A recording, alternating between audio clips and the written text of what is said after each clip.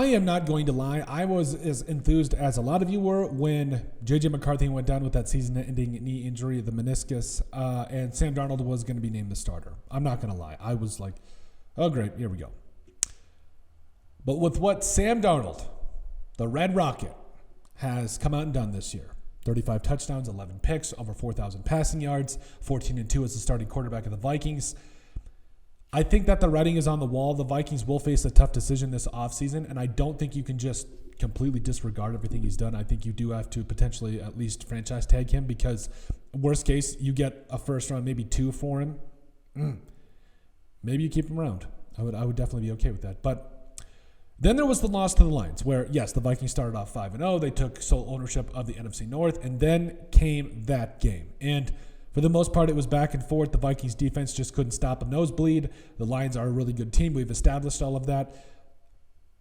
But after that loss, the Vikings lost one more game on a short week, might I add, without Blake Cashman too. Oh, and also the face mask, like we need to say anything else.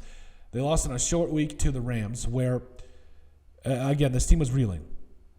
But Kevin O'Connell and Sam Darnold got this team back on track and that defense, right? Like the defense has stepped up at times. It has looked atrocious at times as well, but Sam Darnold and the Vikings are at a spot right now where this is it. You could have the number 1 seed going into the playoffs, have home field advantage, and also win the NFC North. All it takes is this battle with the Lions. The stage is set, people. And I'm excited, but I'm also terrified. Kind of gives me 2016 vibes when the Vikings played the Packers in week, 17, something like that, when it was the Zimmer days, and they went out and played the Packers. And I actually had to explain this to my wife. We really don't usually watch the games throughout the week, but maybe even we shouldn't for this one. But at the end of the day, this is the matchup we all were waiting for. It's the rematch the Vikings wanted. It's the one they're going to get. And the Lions are going to play tonight and everything and play on Monday night against the 49ers, regardless of what happens. The number 1 seed still goes through the Lions. They're the best team in the NFC right now, I would argue. And the Vikings, on the other hand, despite what they've shown, I mean, it's been so fun, right? Like just seeing what has happened with Sam Darnold and the atmosphere that they've created. The reality is this is the week. This is what the season comes down to for this particular week. And when I say season comes down to, I think that the Vikings aren't finished and that they've got some more work to do and everything. But this is for everything.